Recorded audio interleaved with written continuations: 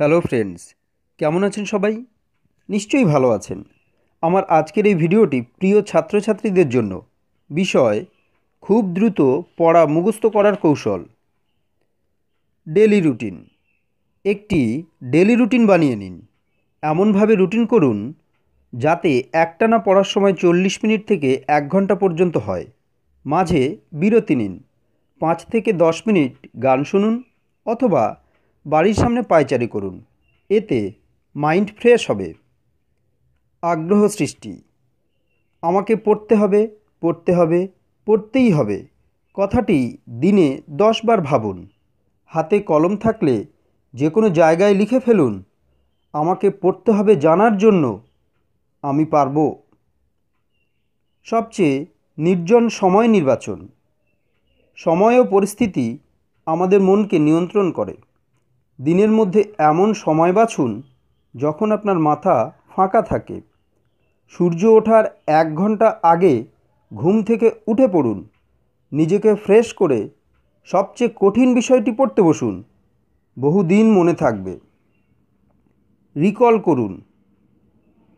যখন আপনি পড়ছেন না, এমনি বসে আছেন, কোনো কাজ নেই বা রাতে ঘুম আসছে না, তখন সারাদিনে কি কি পড়লেন তা পুনরায় ভাবার চেষ্টা করুন।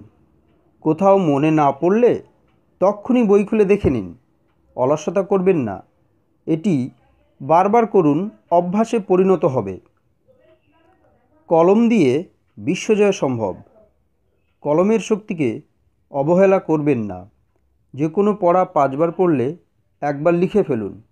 ভুলে যাওয়ার প্রবণতা কমবে। খুব দ্রুত মুখস্থ হবে। কাগজ কলমে লিখতে মন না চাইলে কম্পিউটারে পড়া বিষয়টি বই না দেখে টাইপ করার চেষ্টা করুন। এতে পড়াটা মুখস্থ হবে আর লেখাটা অভ্যাস হবে। তবে মনে রাখবেন, স্কুল কলেজের পরীক্ষার খাতায় কলম দিয়েই লিখতে হবে। নিজেই নিজের প্রিয় শিক্ষক হয়ে উঠুন। কোনো চ্যাপ্টার পড়ার পর সিলেবাস ও প্যাটার্ন অনুযায়ী সেখান থেকে প্রশ্নমালা তৈরি করুন। নিজের পরীক্ষা নিন। এতে বন্ধুদেরও সামিল করতে পারেন। এরপর নিজের বন্ধুদের খাতাগুলো মূল্যায়ন করুন। ভুলগুলো সংশোধন করুন। অসম্ভব উপকার পাবেন। প্রযুক্তির ব্যবহার। শিক্ষা সহায়ক উপকরণ ব্যবহার করুন। পড়া আনন্দদায়ক হয়ে উঠবে। কালার মার্কার, রঙিন কলম, স্কেচ পেন, চার্ট, মডেল ব্যবহার করুন। সেই সঙ্গে ইন্টারনেটেরও সাহায্য নিন। কোনো বিষয়ে তথ্য ও ছবির জন্য সার্চ ইঞ্জিনে গিয়ে সার্চ করুন। ভবিষ্যতে ব্যবহারের জন্য পিডিএফ ফাইলে সেভ করে রাখুন।